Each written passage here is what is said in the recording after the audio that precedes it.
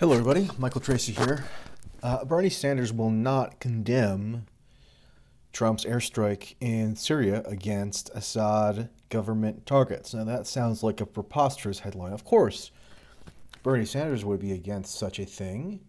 He had been a vocal critic of various military engagements in the Middle East that the U.S. has undertaken since the Bush era. He voted against the Iraq War. He's been pretty consistent in this regard, but for some reason, if you read Sanders' statement that was put out today regarding the airstrike, nowhere therein is a condemnation, a straightforward disavowal of this action as ill-considered and wrong. Sanders does what most people have done in responding to this act. They've said that Assad is a vicious dictator. He's killed his own citizens.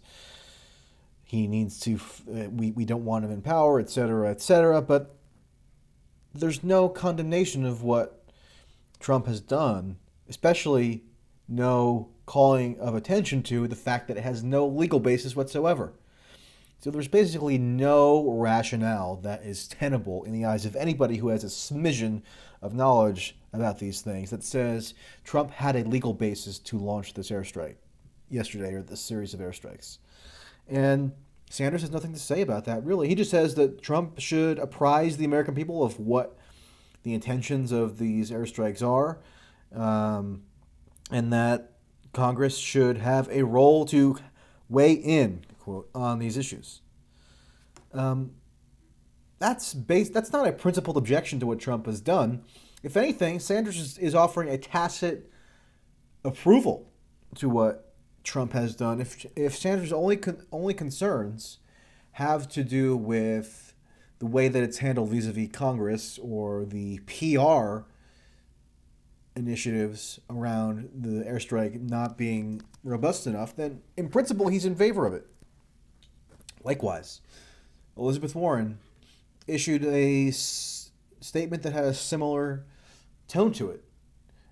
He basically said that she said that Trump, quote, owes the American people an explanation of his strategy to bring an end to the violence in Syria. I don't think anybody would disagree with that. Owes the American people an explanation? Well, okay. But that's not tantamount to saying that you oppose the strike. If you oppose the strike, you would just say so. And it wouldn't be that hard. There are very few members of Congress who have actually come out and issued a principled objection to the strike. One is Tulsi Gabbard, and another is apparently Brian Schatz, the Democratic senator from Hawaii. So there are people who are opposing this on principle, and it shouldn't be difficult to oppose this on principle, right? Toppling the Assad government is not something that can be very easily portrayed in terms of American national interest. It's not something that has worked with any degree of efficiency for the past number of years when the Obama administration and Hillary Clinton sought to funnel arms to the, quote, rebels so as to weaken and ultimately remove Assad. That did not work. And so it would be really pretty simple to advance a critique of this that is based on the ill-advised nature of it, not just based on some procedural objection or some objection as to how it's being framed to the public. And if you remember back to the Iraq War period, one of the constant criticisms coming from a segment of the Democratic Party and of even some Republicans was that President Bush and the administration needs to be more forthright in telling the American people what its plan is. The issue was always, what is the plan? Is the plan being sufficiently articulated? Is the American people sufficiently apprised of what the supposed plans are? And that just kind of gave Democrats a pass from actually condemning the incursion and the occupation on its merits. And just saying that they have some practical qualms with how the war is being run or portrayed in the media or that kind of thing. It's a similar dynamic now. Um, with so few prominent members of Congress, even people like Bernie Sanders willing to issue condemnations of this strike, is it any surprise that Trump apparently calculated that it was in his political interest to do such a thing? Now the political establishment and the media establishment, they're totally enthralled with Trump now and the leadership that he supposedly exhibited in carrying out this action.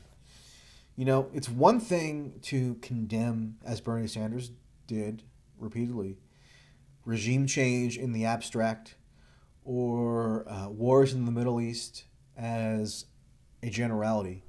But when push comes to shove, and there's a wave of propaganda attempting to convince people that this particular incursion in the Middle East or this particular attempt at regime change, this is the one that is justified, and this is the one that is going to achieve its stated goals.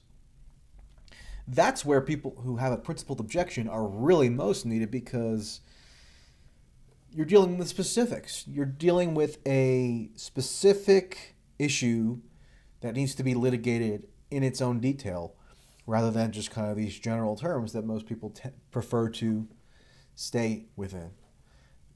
So the fact that so few people are willing to say, no, this is wrong, this is not something that the U.S. should be engaged in, just goes to why there is such an unquenchable thirst in establishment precincts for war and for constant military adventurism.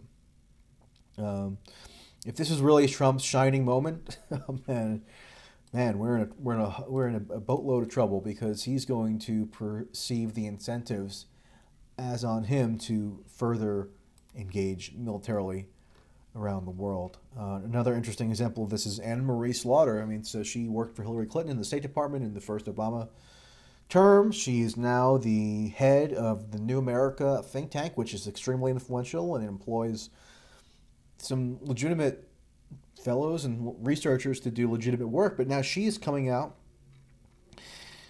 and proclaiming that Donald Trump has, quote, done the right thing on Syria. Finally, she proclaims, after years of useless hand-wringing in the face of hideous atrocities. So what is that implicitly?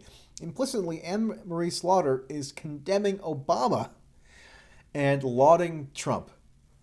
So all Trump had to do to win accolades from the liberal elites who he used to be in the same universe as. Remember, that was his sort of social scene for a long time prior to him entering politics. All he had to do to win over their favor was send some Tomahawk missiles into Syria. So he accomplished his goal, apparently, and the consequences will be with us for quite some time. It would be nice to see the, quote, resistance mobilize around war to the extent that they're willing to reflexively oppose everything else that Trump does, seemingly. But the fact that there's ambiguity on this and they can't bring themselves to launch into resistance mode tells you something about the priorities of people who run around saying about how much of dissenters they are. That has some depressing implications as well, I think. Anyway, I'm curious to know in the coming days and weeks if you'll have people showing up to these town hall meetings as they had in the past few months and condemning the Syria incursion. But at the same time, when you have liberal influencers like Joanne Reed, Hillary Clinton, Anne-Marie Slaughter, the whole, Chuck Schumer, this whole cast of characters, when you have them on board with the initiative, Dick Durbin, another one who said that he agreed with us, when these cast of characters are lending their support to Trump's initiatives, I suspect that would blunt the, quote, resistance energy that might otherwise be applied to certain Trump initiatives. But when Trump apparently wants to wage war, he doesn't have to worry about the resistance objecting. And that is a disconcerting and depressing thought. So, that'll do it for now. and I will talk to you later.